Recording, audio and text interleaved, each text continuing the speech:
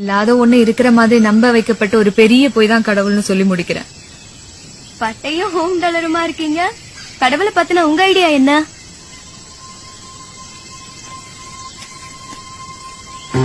கடவுள் பத்தி ஒவ்வொருத்தருக்கும் ஒவ்வொரு புரிதல் இருக்கும்.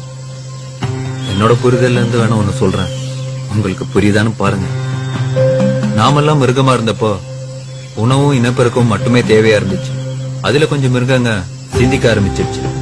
அப்படிப்பட்ட மிருகங்களுக்கு மனுஷங்கன்னு பின்னால பேர் வச்சுக்கிட்டாங்க. அந்த மனுஷனுக்கு மிருகங்கள்ட்ட இல்லாத பேராசை, பொறாமை, போட்டி, வஞ்சம்னு நிறைய குணங்கள் சேர்ந்துருச்சு. மனுஷங்களோட மனசும் நிம்மதி இழந்துருச்சு.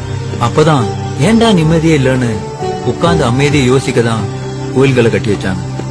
உட்கார்ந்து ஒழுக்கமா யோசிச்சவங்க நிம்மதியை கெடுத்த தேவையில்லாத குணங்களை உதுத்து விட்டுட்டு கடவுள் நிலையை அடைஞ்சாங்க.